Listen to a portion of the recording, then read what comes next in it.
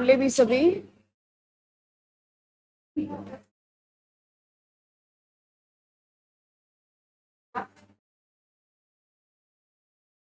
और हम क्या पढ़ रहे हैं अभी?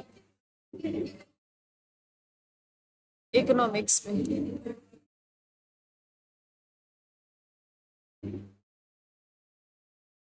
जिसको अर्थशास्त्र बोलते हैं।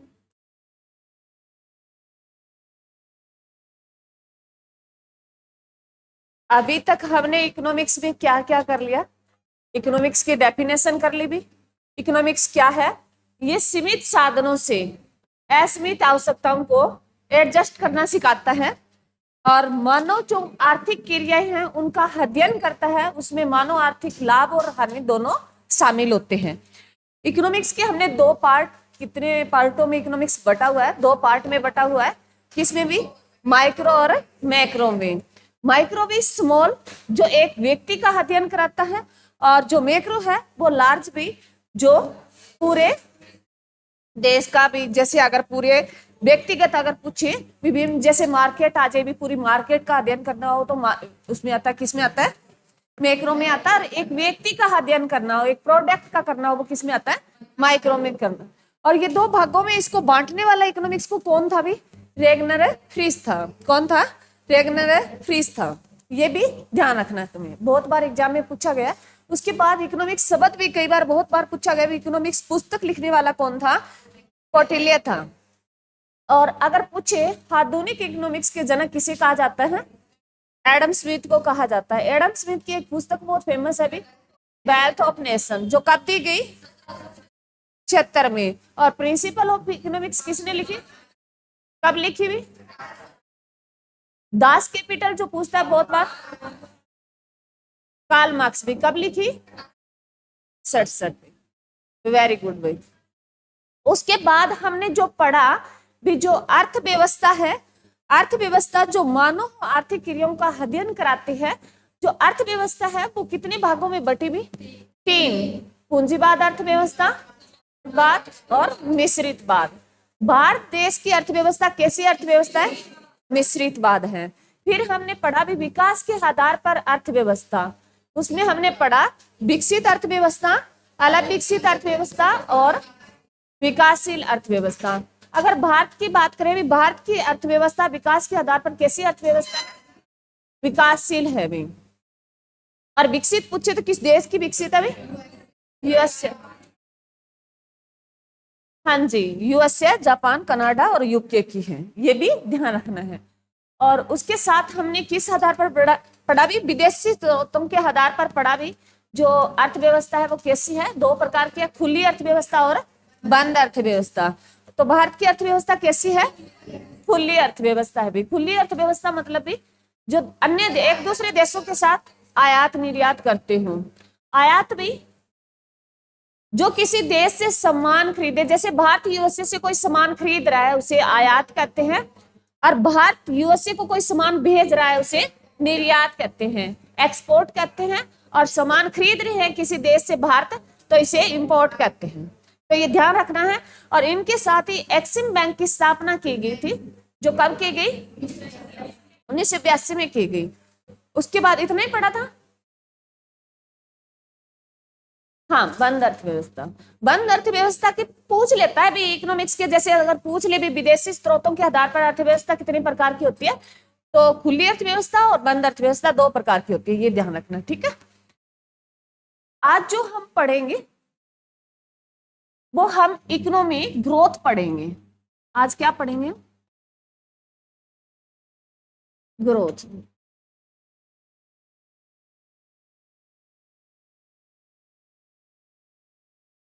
जो एग्जाम में बहुत बार पूछा जाता है, जैसे आर्थिक समृद्धि में, आर्थिक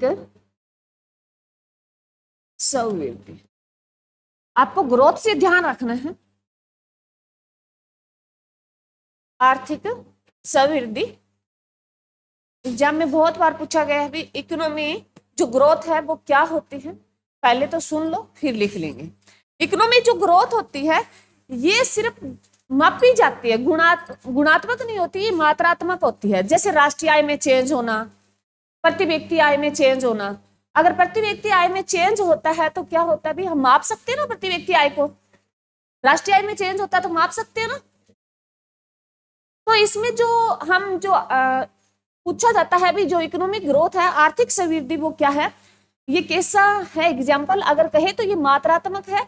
और ये किस में दिखाती है, अगर देश की राष्ट्रीय आय में अगर पूछ ले भी आर्थिक समृद्धि में क्या आता है, तो राष्ट्रीय आय आती है और प्रति व्यक्ति आय आती है। एग्जाम्पल के तौर पे लिख लो इसमें भी, आर्थिक ग्रोथ में किसको मापते हैं हम, प्रति व्यक्ति आय, प्रति व्यक्ति आय को, और राष्ट्रीय आय को, राष्ट्रीय आय को। अगर इनमें चेंज होता है प्रति व्यक्ति आय और राष्ट्रीय आय में, तब बताया जाता है भी देश की आर्थिक जो समृद्धि है वो कितने % है। जैसे अगर पूछे तो भी अगर हमारे हरियाणा की, भारत में अगर बात करें, जैसे भी हरियाणा की हम अगर सीटी का पेपर दे रहे हैं तो हरियाणा की पूछ लेता, तो हरियाणा की प्रति व्यक्ति आय करें ना, ये 3 लाख है भी, मतलब 3.5 लाख के आसपास पहुंच गया, 3.25 लाख है भी ये प्रति व्यक्ति आय है। वो हरियाणा की लिखी है भी मैंने, ये हरियाणा की। अब सपोज करें भी प्रति व्यक्ति आय कैसे निकलती है, टोटल जो राष्ट्रीय आय होती है, सुन लो भी, प्रति व्यक्ति आय बहुत बार एग्जाम में लिखी आती है भी, प्रति व्यक्ति आय कैसे निकलती है। तो प्रति व्यक्ति आय जो है वो कुल आय में, कुल आय, और इससे किसको डिवाइड किया जाता है, कुल जनसंख्या से, कुल जनसंख्या से डिवाइड किया जाता है। तो यह हमारा निकल के आती है भी, प्रति व्यक्ति आय निकल के आती है। क्या निकल के आती है, प्रति व्यक्ति आय निकल के आती है। और एग्जाम में ये क्वेश्चन बहुत बार पूछा गया है भी, प्रति व्यक्ति आय का फॉर्मूला दिया होता है और उसमें पूछा होता है भी प्रति व्यक्ति आय कैसे, कौन सा फॉर्मूला सही है, तो प्रति व्यक्ति का फॉर्मूला सही है। कई बार यहाँ भी कुल आय ना दे के राष्ट्रीय आय भी दे देता है। क्या दे देता है, राष्ट्रीय आय भी दे देता है, ये भी ध्यान रखना। और नीचे क्या लिखेगा, कुल जनसंख्या भी। और किसी राज्य की निकालनी हो तो उस राज्य की जो कुल आय है वो लिख के और उस राज्य की कुल जनसंख्या से डिवाइड कर देते हैं, तो क्या निकल के आ जाती है, प्रति व्यक्ति आय आ जाती है। और परसेंट में निकालना हो तो 100 गुना कर देते हैं। अगर आ जाए भी फॉर्मूले में लिखा हो, प्रतिशत में निकालना हो प्रति व्यक्ति आय, तो क्या कर देते हैं भी, प्रतिशत निकालने के लिए क्या लगाते हैं, हाँ जी, और प्रतिशत हटाने के लिए भाग में 100, ऐसे लिखते हैं ना। तो ये ध्यान रखना, अगर सीधा ही पूछ ले भी प्रति व्यक्ति आय, तो कुल आय या राष्ट्रीय आय के आय में लिखते हैं हम, कुल जनसंख्या से भाग देते हैं, तो क्या निकल के आती है, प्रति व्यक्ति आय निकल के आती है। अगर पूछ ले भी प्रति व्यक्ति आय % में बताओ, तो % का हम 100 मल्टीप्लाई कर देते हैं फॉर्मूले के साथ। ये ध्यान रखना, प्रतिशत के तुम सम करते हो तो प्रतिशत निकालते हैं तो 100 मल्टीप्लाई में करते हैं, और प्रतिशत हटाते हैं तो 100 डिवाइड में करते हैं। हाँ, तो ये ध्यान रखना है, ठीक है। अगर हरियाणा की पूछे तो हरियाणा की 3.25 लाख के आसपास प्रति व्यक्ति आय है। अब आपको हो गए मैडम कुछ किसी के तो खाने की भी लाले पड़ रहे हैं, तो ये ऐसे नहीं होती भी, प्रति व्यक्ति जो सभी की काउंट की जाती है और टोटल जनसंख्या से भाग दिया जाता है। हरियाणा की सबसे ज्यादा प्रति व्यक्ति आय। अगर पूछे स्टेट में पूछे, भारत में अगर है, भारत में पूछ ले भी किस स्टेट की सबसे ज्यादा प्रति व्यक्ति आय है, तो गोवा की है भी। अगर स्टेट में पूछ ले भी किस राज्य की सबसे ज्यादा प्रति व्यक्ति आय है, तो गोवा की है भी।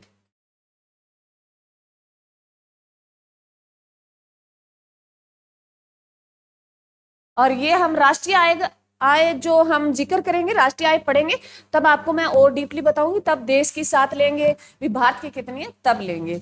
हरियाणा की लिख लो भी, हरियाणा की 3.25 लाख के आसपास है। क्लियर है भाई।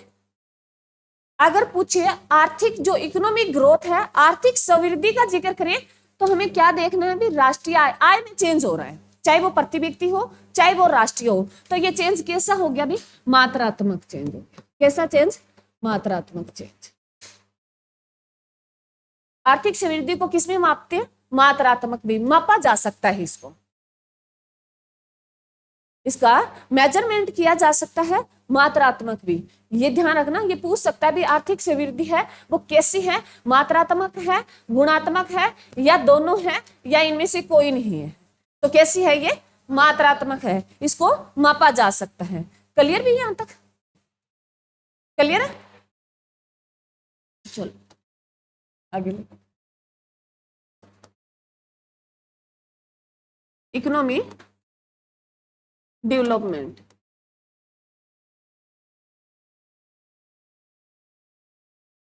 आर्थिक विकास में, आर्थिक विकास,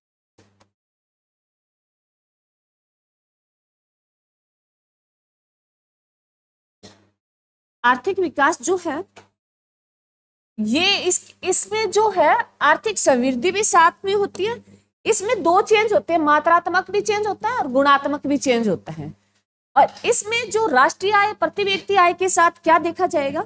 लोगों का स्वास्थ्य देखा जाएगा, उनमें सुधार किया जाएगा, एजुकेशन पे उनको एजुकेशन में बढ़ा दिया जाएगा, भी एजुकेशन में सुधार किया जाएगा, गुणवत्ता देखी जाती है लोगों की भी। एक देश की हम क्या देखते हैं? एजुकेशन देखते हैं, उनका स्वास्थ्य देखते हैं, उनका रहन सहन देखते हैं, उनकी जीवन प्रत्याशा देखते हैं, बहुत सारी चीजें इंक्लूड की जाती है ना, उसे क्या कहते हैं? आर्थिक विकास कहते हैं। इसमें क्या आता है?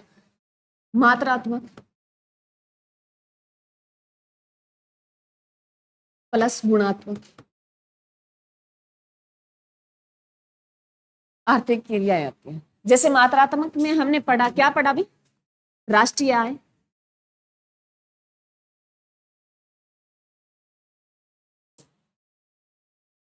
और प्रति व्यक्ति आय,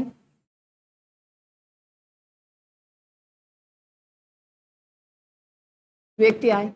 गुणात्मक में क्या आएगा भी? शिक्षा, स्वास्थ्य,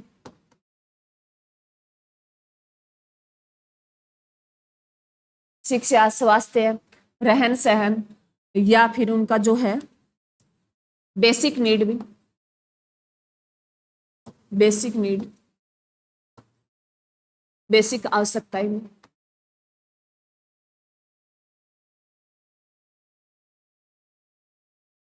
वो सारी कुछ देखी जाती है। उस देश की एजुकेशन है, स्वास्थ्य है, उनका आर्थिक ढांचा है, वो सारे इंक्लूड किया जाता है। इन दोनों को प्लस कर दें तो क्या आएगा? उस देश का आर्थिक विकास आ जाता है। आर्थिक विकास कैसा है? एग्जाम में बहुत बार क्वेश्चन पूछा गया, मात्रात्मक है या गुणात्मक है, या दोनों है, या इनमें से कोई नहीं। तो क्या है आर्थिक विकास? दोनों है भी, मात्रात्मक भी है और गुणात्मक भी है। अरे जैसे एक बॉडी होती है तो इसमें चेंज होता है, जैसे भार बढ़ गया, चेंज हो गया, तो वो हम माप सकते हैं ना, बॉडी का भार बढ़ गया, माप सकते हैं ना। तो ये कैसी है? ये ग्रोथ हुई है हमारी। क्या हुई है? हमारी ग्रोथ हुई है। इसके साथ हम एजुकेशन ले रहे हैं, स्वास्थ्य का ध्यान रख रहे हैं, हमारा अन्य एक्सपीरियंस बढ़ रहा है, तो वो क्या हो रहा है? हमारा विकास हो रहा है। क्या हो रहा है? ग्रोथ के साथ हमारी अन्य एक्टिविटी हम अच्छा चल रहा है, हमारा स्वास्थ्य अच्छा है, हम एजुकेशन ले रहे हैं, तो क्या हो रहा है? हमारा विकास हो रहा है। इसको विकास बोलते हैं। और सिर्फ मेजरमेंट ही किया जाता है उसको ग्रोथ बोलते हैं, ये हमेशा ध्यान रखना। और ये जो बच्चे पीआरटी, टीजीटी और पीजीटी जैसे पेपर देते हैं तो वहां ये पूछा जाता है भी बॉडी में जो चेंज मापा या तोला जाता है वो किस में आता है? वो ग्रोथ में आता है। और जो मान लो मापने के साथ ही हम और अन्य जो चेंज देखने को मिलता है वो किस में आता है? वो विकास में आता है। मात्रात्मक के साथ गुणात्मक जो चेंज होते हैं, जैसे एजुकेशन को लेके, अन्य एक्सपीरियंस भी, जैसे बड़े होते जाते हैं तो फील्ड में हमारा एक्सपीरियंस बढ़ता जाता है ना। हाँ, तो उसको साथ लेके हमारे स्वास्थ्य को लेके, तो वो क्या होता है? हमारा विकास होता है। वैसे ही देश में, अगर देश में जैसे हम कोई मात्रात्मक चीज माप सकते हैं तो वो क्या है? ग्रोथ है। और उसके साथ अन्य एक्टिविटी, जैसे हमारे देश की भी जीवन प्रत्याशा बढ़ रही है, जीवन प्रत्याशा जो आगे मैं आपको करवाऊंगी, क्या होता है भी? जो लाइफ एक्सपेक्ट भी, जो हम कितने साल तक जी सकते हैं भी, हमारा स्वास्थ्य सही है तो जो हमारी एज है वो बढ़ सकती है। अगर हम बॉडी का सही तरीके से देखभाल कर रहे हैं तो हमारा जो लाइफ, जो जीवन प्रत्याशा है वो बढ़ सकती है। तो ये भी ध्यान रखा जाता है भी, अगर देश में हम मतलब अच्छी फैसिलिटी दे रहे हैं तो हमारी आर्थिक विकास भी बढ़ सकता है। समझ में आया? ग्रोथ और ये आर्थिक विकास दोनों समझ में आया? एग्जाम में इतना ही पूछेगा आपको भी, ग्रोथ क्या है? ग्रोथ तो जो माप पे जाती है वो होती है, मात्रात्मक होती है, इतना ध्यान रखना है। और विकास क्या है? ये मात्रात्मक में साथ क्या होता है? गुणात्मक चेंज होता है। क्लियर में? Clear?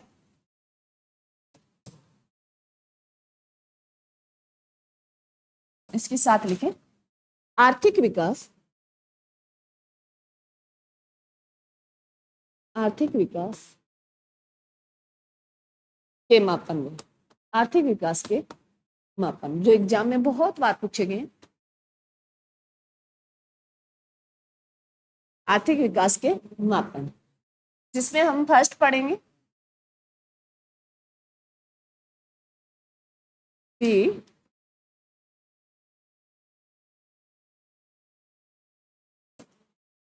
P Q L I. Second number पे पढ़ेंगे एच डी आई। पहले हम पी इसको ले लेते हैं, पी क्यू एल आई, इसका फुल फॉर्म लिखूंगी फिजिकल क्वालिटी, आवाज नहीं हुई, क्वालिटी ऑफ लाइफ इंडेक्स पे, लाइफ इंडेक्स।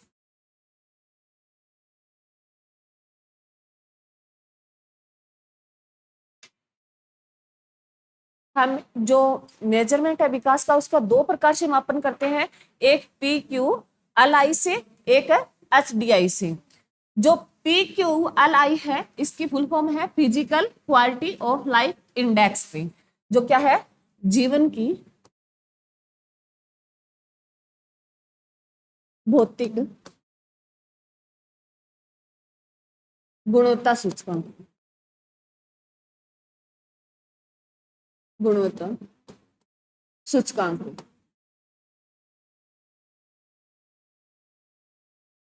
जीवन का भौतिक गुणवत्ता सूचकांक भी का लिख लेना, कोई बात नहीं। जीवन का भौतिक गुणात्मक सूचकांक भी, इसकी फुल फॉर्म एग्जाम में बहुत बार पूछी गई है। पी क्यू ये भी पूछ सकता है भी मापन कितने प्रकार से किया जाता है? विकास का मापन दो प्रकार से किया जाता है, एक पी क्यू एल आई और एक एच डी आई। ठीक है, और इसकी फुल फॉर्म भी पूछी जाती है। पी क्यू एल आई की क्या फुल फॉर्म है? Physical quality of life index. तो ये ध्यान रखना है, दो चार बार पढ़ोगे तो मुश्किल कुछ भी नहीं है। अब इसकी लिखो भी, इसकी जो स्थापना है वो किसने की? इसकी जो स्थापना की वो मोरिस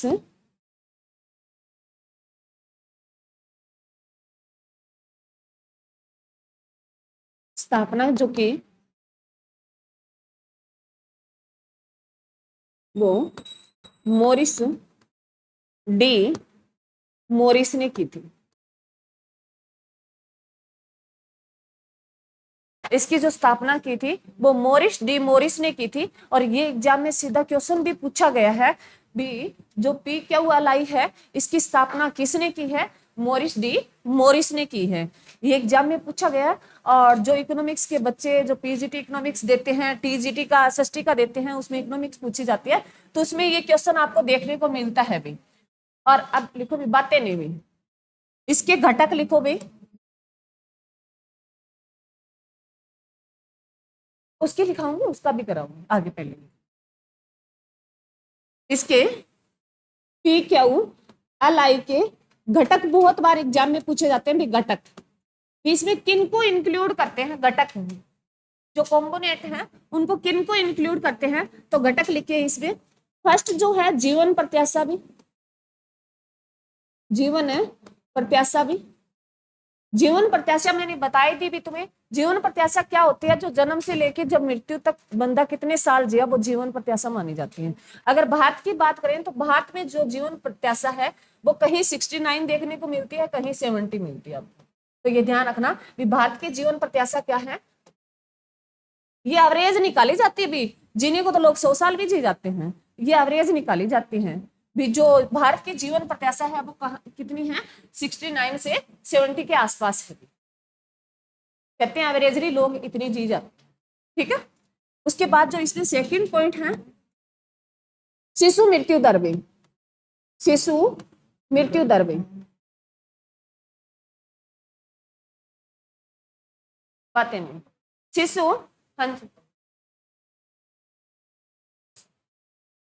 शिशु मृत्यु दर भी, शिशु मृत्यु दर होती है भी जो बच्चा जन्म ले रहा है 1 साल के अंदर, बच्चे जो मरने वाले हैं भी 1 साल के अंदर, जो उनकी दर क्या है भी, कितने बच्चे उनका स्वास्थ्य है भाई सही, वो देखा जाता है शिशु मृत्यु दर के अंदर आता है भी 1 वर्ष तक देखा जाता है।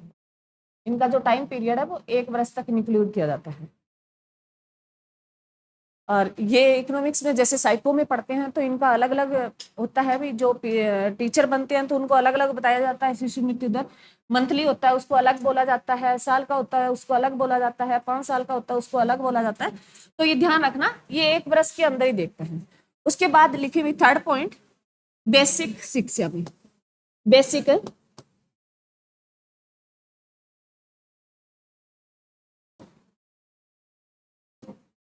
बातें नहीं भी, आवाज क्यों आ रही है, बेसिक शिक्षा में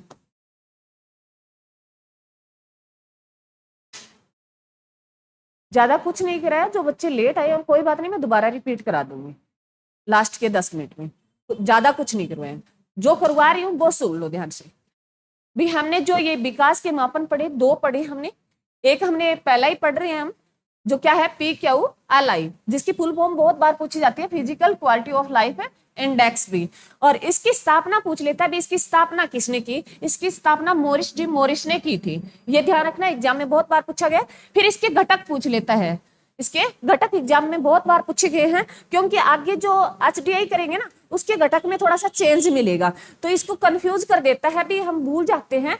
इसके तुम ये तीनों ध्यान रखना, फिर HDI की तीनों उसमें सेम एक जीवन प्रत्याशा ही रहेगी, बाकी 2 चेंज होंगे, तो तुम्हें एग्जाम में कंफ्यूज कर देता है भी इसमें HDI का कौन सा नहीं है और PQLI का कौन सा है कौन सा नहीं है, ऐसे क्वेश्चन पूछ के कंफ्यूज करता है। तो ये ध्यान रखना है, इसके घटक में आता है जीवन प्रत्याशा भी, एक बंदा कितना जी रहा है एवरेजली, वो भारत की बात करें तो ये 69 से 70 के आसपास जी रहा है, ठीक है।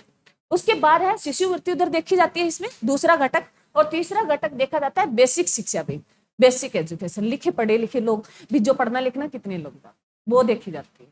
क्लियर में इसकी, चल उसके बाद लिखे दूसरा, दूसरा मापन जो HDI, इसकी फुल फॉर्म लिखी, ह्यूमन डेवलपमेंट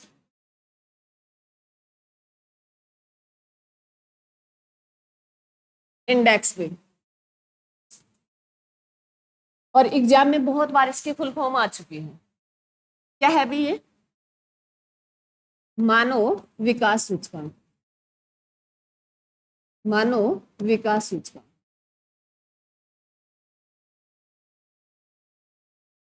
इसके बहुत बार इससे क्वेश्चन आता ही आता है, हर एग्जाम में आपको देखने को मिलता है। मानव विकास सूचकांक भी, इसकी फुल फॉर्म भी पूछ ली जाती है। अगर इसके पूछे भी, संस्थापक पूछे, इसके संस्थापक पूछे तो लिखे महबूब,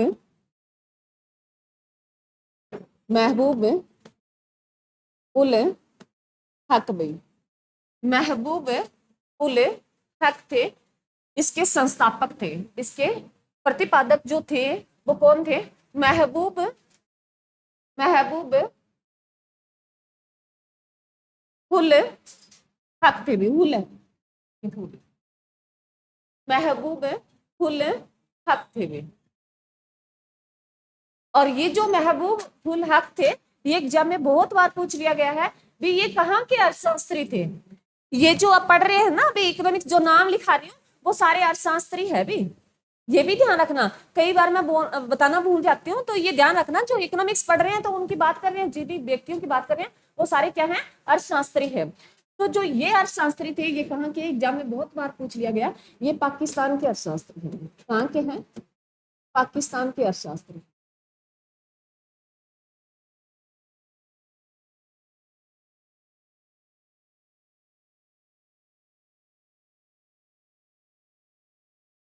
पाकिस्तान के अर्थशास्त्री। इसके साथ जो इन्होंने ये एसडीआई की पहली बार जो रिपोर्ट दी थी, ये उन्होंने 1990 में दी थी। पहली बार एसडीआई की जो रिपोर्ट दी गई वो 1990 में दी गई। इसके साथ हमारे एक भारतीय ने भी, हमारे एक भारतीय अर्थशास्त्री रहा है, उन्होंने भी सहयोग किया था। अगर सीधा ही पूछ ले, ऑप्शन में एक ही पूछा जाए, तो आपको पहले किसको प्रायोरिटी देनी है? महबूब उल हक को देनी है, ये ध्यान रखना। दूसरा इसके साथ एक भारतीय था, वो मैं यहाँ प्लस करके लिखा रही हूँ, ध्यान रखना, भारतीय लिख लेना। अमर्त्य सेन। कौन था? अमर्त्य सेन। ये क्या था? भारतीय अर्थशास्त्री।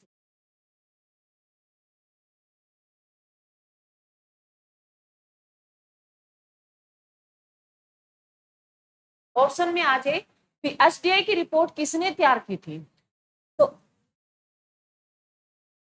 क्या हो गया? अमर्त्य सेन कौन थे? पूछना क्या चाह रहे? हाँ जी, अमर्त्य सेन, हाँ ये बताऊंगी। जो अमर्त्य सेन है, ये एक भारतीय अर्थशास्त्री है और इन्होंने एसडीआई की रिपोर्ट तैयार करने में सहयोग किया था। किसका? महबूब उल हक का। सबसे ज्यादा अगर पूछे, एक ही अगर ऑप्शन में आए, ये पीछे भी क्या डिस्कस हो रही है, क्या चल रहा है,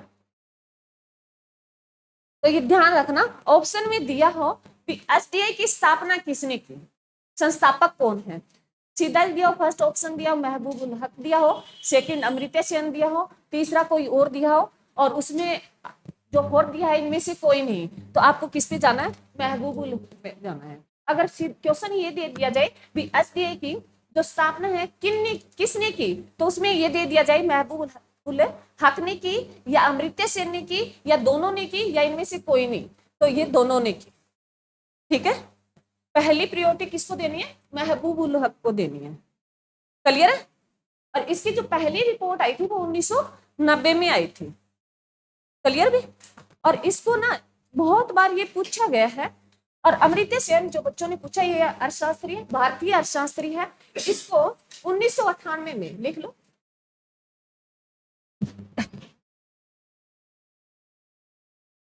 चलो मैं इसका अलग से ऐड करा देती हूँ।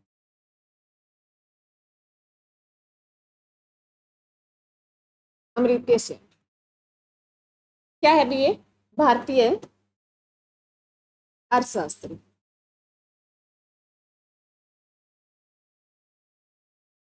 अमर्त्य सेन को 1998 में इकोनॉमिक्स में नोबेल पुरस्कार दिया गया। अमर्त्य सेन को 1998 में इकोनॉमिक्स में नोबेल पुरस्कार दिया गया था। और जो अमर्त्य सेन है, इसे कल्याणकारी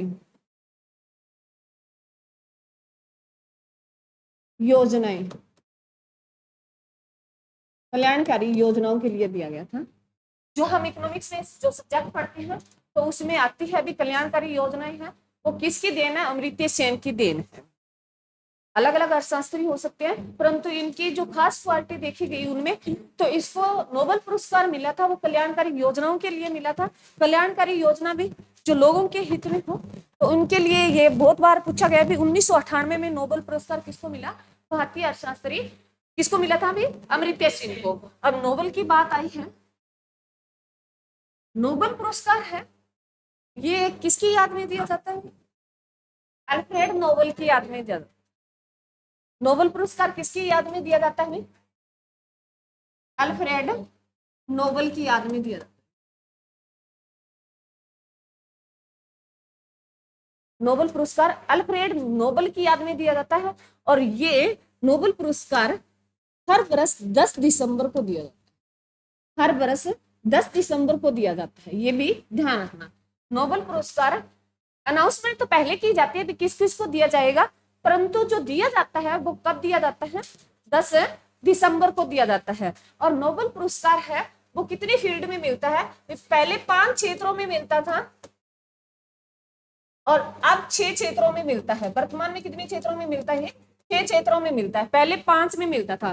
इकोनॉमिक्स की शुरुआत जो की गई 1968 में घोषणा की गई थी, और 1969 में पहली बार नोबेल पुरस्कार दिया गया था भी इकोनॉमिक्स में। ये एग्जाम में बहुत बार पूछ लिया गया है भी। इकोनॉमिक्स में 1968 में घोषणा की गई, इकोनॉमिक्स को बाद में जोड़ा गया, और इकोनॉमिक्स में जो घोषणा की गई वो 68 में की गई, और नोबेल पुरस्कार दिया गया वो 1969 में दिया गया। ये 5 क्षेत्रों में दिया जाता था पहले, अब कितने क्षेत्रों में दिया जाता है? 6 क्षेत्रों में दिया जाता है, जिसमें लिखो भी 6 क्षेत्र कौन कौन से, जिसमें आती है तीनों साइंस होगी, फिजिक्स होगी, केमिस्ट्री होगी, बायो होगी,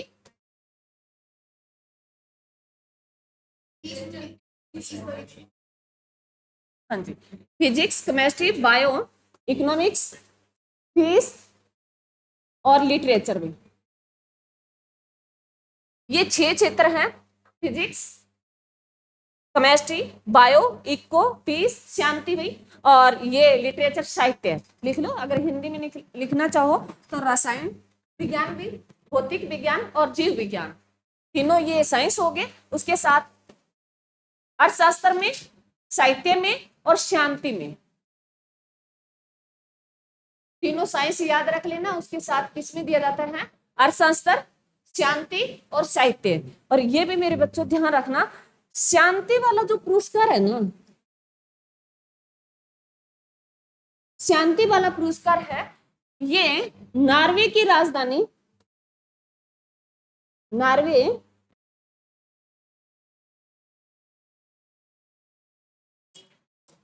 नॉर्वे की राजधानी ओस्लो में दिया जाता है।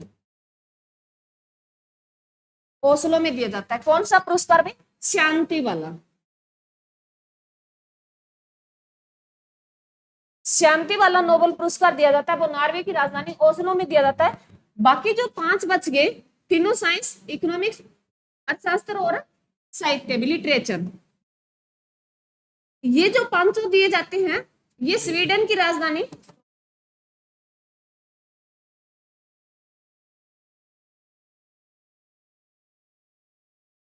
स्वीडन की राजधानी स्टॉकहोम में दिए जाते हैं।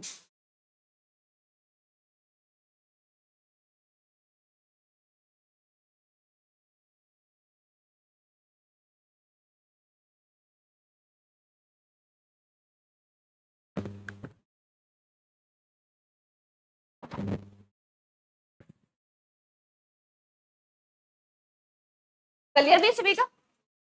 दोबारा रिपीट करने की जरूरत है? अमर्त्य सेन को जो एसडीआई रिपोर्ट में सहयोग किया था, अमर्त्य सेन ने किसका सहयोग किया था? महबूब उल हक का किया था। अगर पूछ ले सीधा भी एसडीआई की जो संस्थापक कौन है, तो सीधा पूछ ले तो महबूब उल हक है। अगर पूछ ले दोनों का साथ, वो आपको ऑप्शन पे डिपेंड करेगा, ऑप्शन उन्होंने किस तरीके से सेट करके दे रखे हैं। तो ये ध्यान रखना, जो महबूब उल हक है वो बहुत बार पूछा गया भी कहाँ के अर्थशास्त्री थे? पाकिस्तान के थे। कहाँ के अर्थशास्त्री थे? पाकिस्तान के थे। और अमर्त्य सेन कहाँ के अर्थशास्त्री थे? भारतीय थे। और अमर्त्य सेन को नोबेल पुरस्कार कब दिया गया? 1998 को दिया गया। ठीक है। और 1998 में बहुत सारे कार्य हुए। मैंने कहा जब भी कोई सन आता है तो आप जो पीछे की चीजें वो रिवीजन कर लिया करो। इसमें सेकंड परमाणु परीक्षण हुआ, और इसी में ही जो केसीसी बनी हुई, किसान क्रेडिट कार्ड, जो इसकी स्थापना हुई 98-99 में हुई है। एग्जाम में बहुत बार पूछी गई है कि जो केसीसी बनी थी वो इसी टाइम में बनी थी, किसान क्रेडिट कार्ड 98 में। तो ये ध्यान रखना। और नोबेल पुरस्कार की बात आई तो मैंने बताया भी नोबेल पुरस्कार है वो हर बरस कितनी तारीख को दिया जाता है? 10 दिसंबर को दिया जाता है। हर बरस 10 दिसंबर को दिया जाता है। अनाउंसमेंट पहले ही हो जाती है, और दिया जो जाता है वो 10 दिसंबर को दिया जाता है। और ये किसकी याद में दिया जाता है? अल्फ्रेड नोबेल की याद में दिया जाता है। कितने फील्ड में पहले दिया जाता था? पहले 5 क्षेत्रों में दिया जाता था, अब कितने क्षेत्रों में दिया जाता है? 6 में। अगर पूछे भी कौन कौन से, तो physics, chemistry, bio, eco, physics और लिटरेचर। इन्हीं में जो पीस वाला, शांति वाला है, वो नॉर्वे की राजधानी ओस्लो में दिया जाता है। बाकी के जो 5 बच गए वो स्वीडन की राजधानी स्टॉकहोम में दिए जाते हैं। क्लियर भी?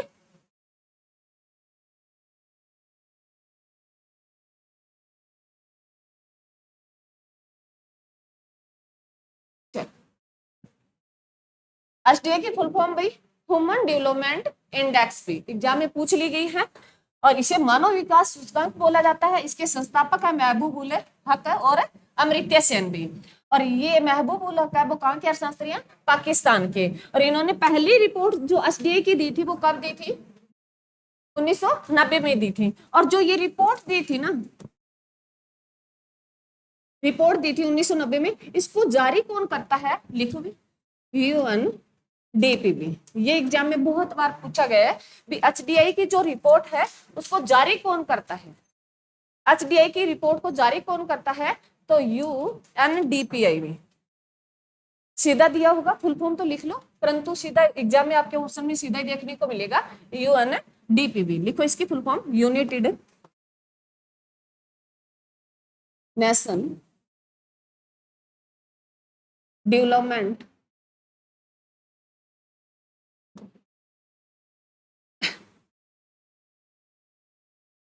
प्रोग्राम भी।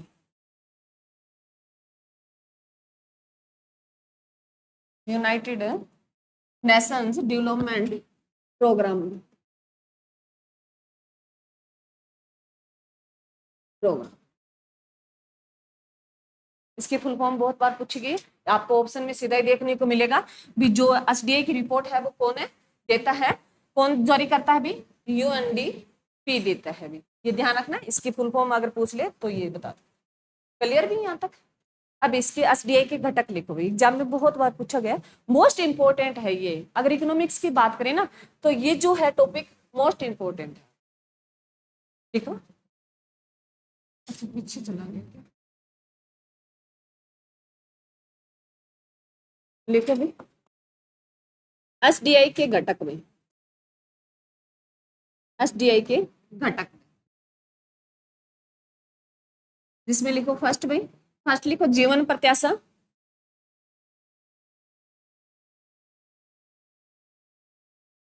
जीवन प्रत्याशा। सेकंड लिखो भी साक्षरता। थर्ड लिखो भी, यहां कंफ्यूजिंग होती है भी, कई बार प्रति व्यक्ति आय दे देता है। अगर सही सबसे सही माने ना तो वो प्रति व्यक्ति आय है भी। एक इकोनॉमिक्स के टीचर होने के नाते अगर सही बात है तो वो प्रति व्यक्ति आय है। अगर एचएससी जो एग्जाम पूछती है वो पीछे की कॉपी करके पूछती है, वो कई बार राष्ट्रीय आय भी दे देता है। तो दोनों लिख लेना, पहले प्रति व्यक्ति आय लिख लो, प्रति व्यक्ति आय सही कंपोनेंट तो ये है, उसके साथ ही लिख लो राष्ट्रीय आय।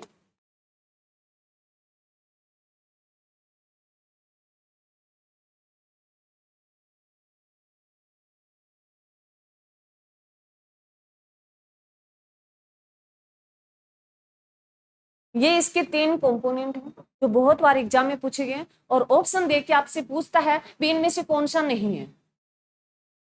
तो ये ध्यान रखना। जीवन प्रत्याशा मैंने बताई थी, भारत की जो जीवन प्रत्याशा है वो 69 और 70 के आसपास लगभग माना गया है भी। जो एवरेजली लोग जीते हैं वो 69 और 70 के आसपास जीते हैं।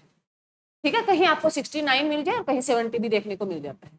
ठीक है, साक्षरता है, साक्षरता देखी जाती है भी। जो उनको भी भारत की जो साक्षरता दर क्या है, तो भारत की साक्षरता दर क्या है बता दो फिर। कितने कितने परसेंट अभी भारत में साक्षर लोग कितने अभी?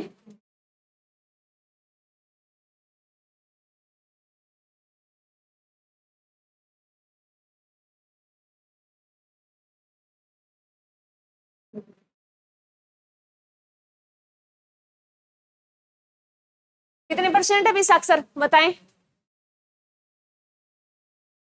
कितने?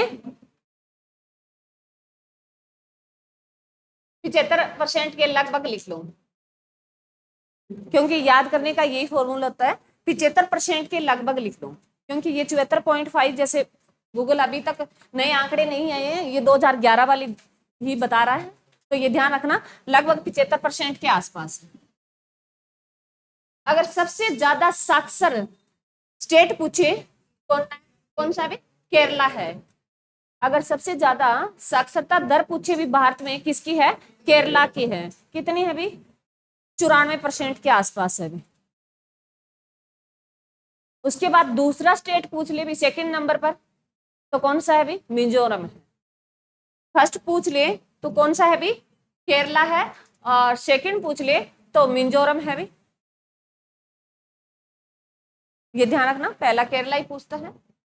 और प्रति व्यक्ति आय की बात करें भी, प्रति व्यक्ति आय अगर पूछे, अगर सुन लो क्वेश्चन ध्यान रखें भी, एसडीआई का अगर पूछा है भी घटक कौन से हैं, अगर ऑप्शन में प्रति व्यक्ति आय और राष्ट्रीय आय दोनों दिया हो और पूछ लिया जाए कि कौन सा इसमें नहीं है, ये 3 दे दे, 4 दे दे मतलब, तो इसमें ये राष्ट्रीय आय नहीं होगी, प्रति व्यक्ति आय इसको ना फर्स्ट प्रायोरिटी देनी है भी। आप फर्स्ट जो जाओगे वो प्रति व्यक्ति आय पे जाओगे। अगर क्योंकि मेरे को पता भी एचएससी देती नहीं है, प्रति व्यक्ति आय नहीं देती, वो सीधा ही राष्ट्रीय आय देती है। इकोनॉमिक्स का पेपर देते हैं तो उसमें आता है भी प्रति व्यक्ति आय। तो ये दोनों ध्यान रखना है आपको, क्योंकि एग्जाम निकालना अलग बात है, जानकारी होना बहुत जरूरी है। प्रति व्यक्ति आय बेस्ट मानी गई है, उसके बाद अगर ना दिया हो तो राष्ट्रीय आय। इसमें ऑप्शन में देगा भी एसडीआई के घटक कौन से नहीं है? जीवन प्रत्याशा, शिशु मृत्यु दर, और क्या है भी? साक्षरता या प्रति व्यक्ति आय। तो कौन सा घटक नहीं है भी? शिशु मृत्यु दर नहीं है। वो किसका है भी? PQLI का है। तो ये ध्यान रखना है, ये बहुत बार एग्जाम में पूछा गया है। क्लियर भी? क्लियर है? और प्रति व्यक्ति आय की बात करें तो सबसे ज्यादा स्टेट में किसकी है भी? गोवा की है। प्रति व्यक्ति आय की बात करें तो स्टेट में किसकी है सबसे ज्यादा?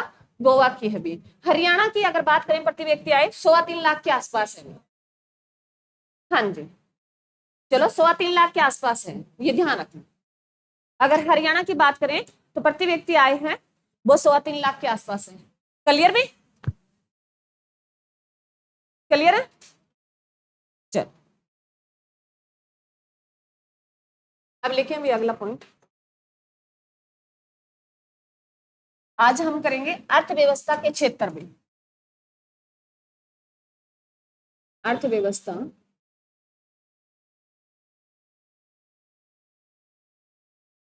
के क्षेत्र, जो एग्जाम में क्वेश्चन पूछते हैं भी यहाँ से, मोस्ट इंपोर्टेंट है।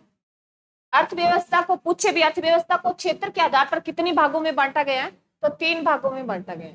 कितने भागों में बांटा गया? 3 भागों में बांटा गया। क्या हो रहा है अभी? चक्कर आ रहे हैं क्या? 3 भागों में बांटा गया है, जिसमें लिखे में फर्स्ट भाग प्राथमिक क्षेत्र में, प्राइमरी सेक्टर,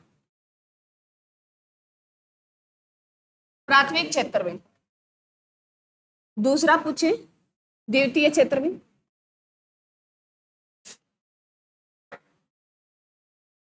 और तीसरा भी तृतीय क्षेत्र।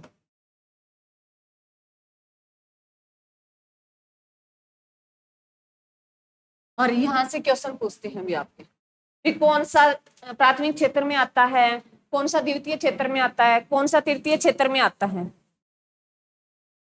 यहाँ क्वेश्चन आपको देखने को मिलता है। कुछ भी नहीं है, बिल्कुल इजी है। अगर आप ध्यान से देखोगे तो कुछ भी नहीं है।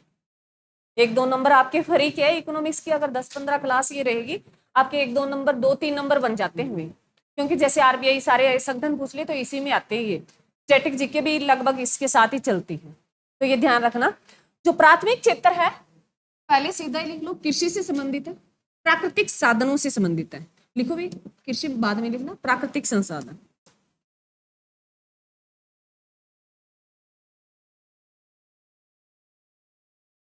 संसाधनों से संबंधित। द्वितीय क्षेत्र पूछ ले, ये उद्योगों से संबंधित।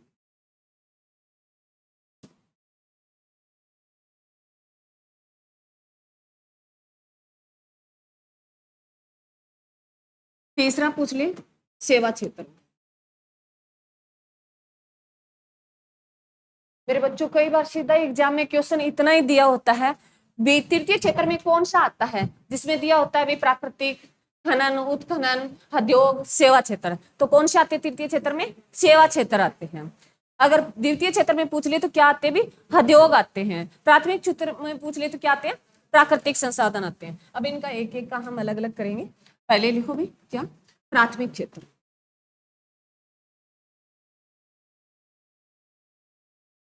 प्राथमिक क्षेत्र में क्या आता है भी? प्राकृतिक संसाधन आते हैं, जिसमें क्या आएगा भी? कृषि, कृषि करना, पशु पालना, मत्स्य पालना,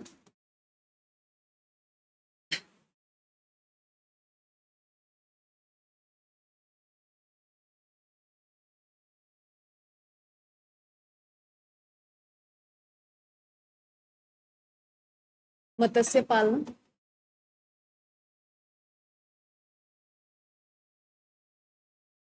और इसके साथ खनन।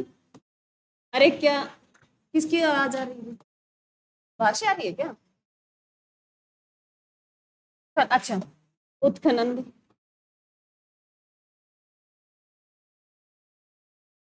कृषि करना, पशु पालना, मत्स्य पालना, और क्या है भी, खनन और उत्खनन।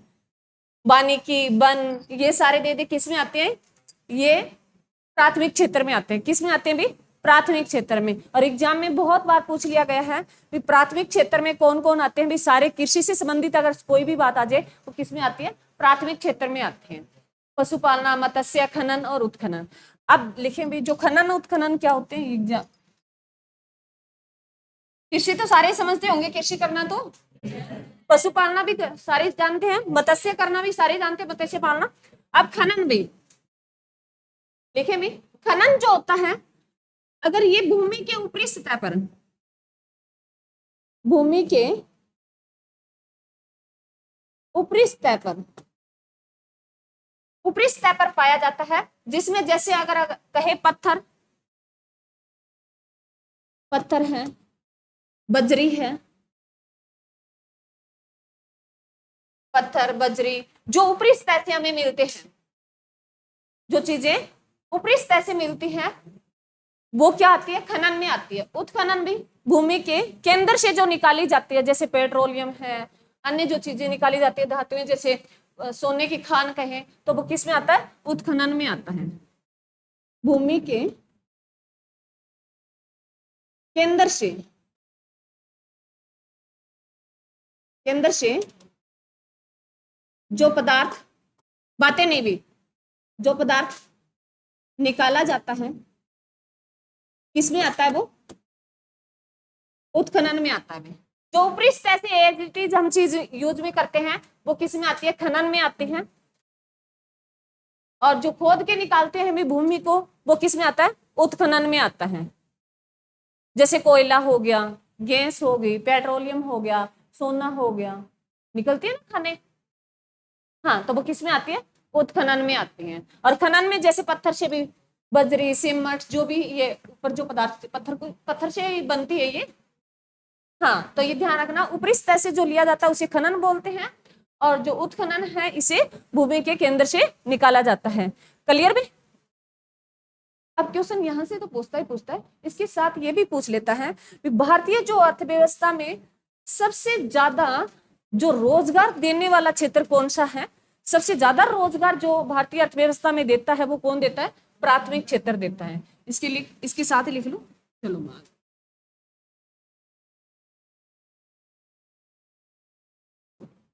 भारतीय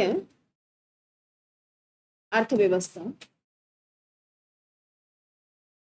में सबसे सबसे ज्यादा रोजगार, भारतीय अर्थव्यवस्था में सबसे ज्यादा रोजगार कौन सा क्षेत्र देता है भाई? प्राथमिक क्षेत्र देता है।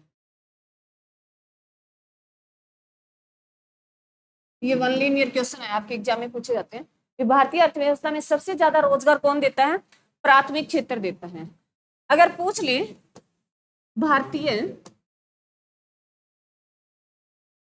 अर्थव्यवस्था में, अर्थव्यवस्था में सबसे कम आय कौन सा क्षेत्र देता है? तो ये भी प्राथमिक क्षेत्र देता है। अगर आय की बात करें तो सबसे कम आय कौन सा क्षेत्र देता है? प्राथमिक क्षेत्र देता है। रोजगार की बात करें तो सबसे ज्यादा रोजगार कौन देता है?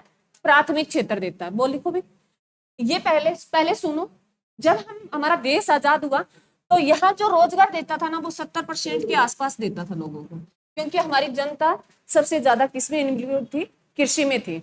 अब ये क्या हो गया, ये 51% के आसपास हो गया। वर्तमान में पूछे कि प्राथमिक क्षेत्र है वो कितने लोगों को रोजगार देता है, 51% के आसपास देता है। स्टार्टिंग की बात करें तो ये 70% के आसपास था जब हमारा देश आजाद हुआ। क्लियर?